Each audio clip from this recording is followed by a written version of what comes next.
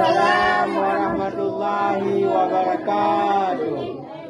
Alhamdulillahi Rabbil Alamin. Wassalatu wassalamu ala Sayyidina Muhammadin wa ala alihi wa sahbihi ajma'in.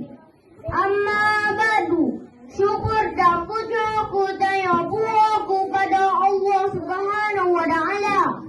Allah kalau nubi nikmat dan kesempatan kepada kudaya mantum. Sehingga kita musabat di baju untuk sama-sama dapat ingat dasar bulan puasa Ramadan 1440 Hijriah. Selalu beserta salam kudaya kirim sampai kepada Rasulullah Sallallahu Alaihi Wasallam, kepada keluarga dan sahabat dalam zaman dulu yang kalau lupa umat manusia dari alam jahiliyah kepada alam yang Islamiyah, yang oleh pemulia kepada kure-kure, tunggu-tunggu umi-umi dan gurun si kamu mandum, serta rakan-rakan semoga sampai negeri yang dirahmati oleh Allah, serta rakan-rakan semoga sampai negeri bersahabat dalam ibadah dan melindungan Allah Subhanahu wa Ta'ala.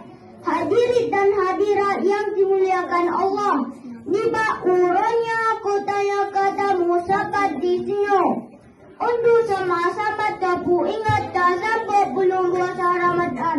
Alhamdulillah, ketaya punya tak puasa karena puasa Ramadan, puasa yang kena wajib oleh Allah.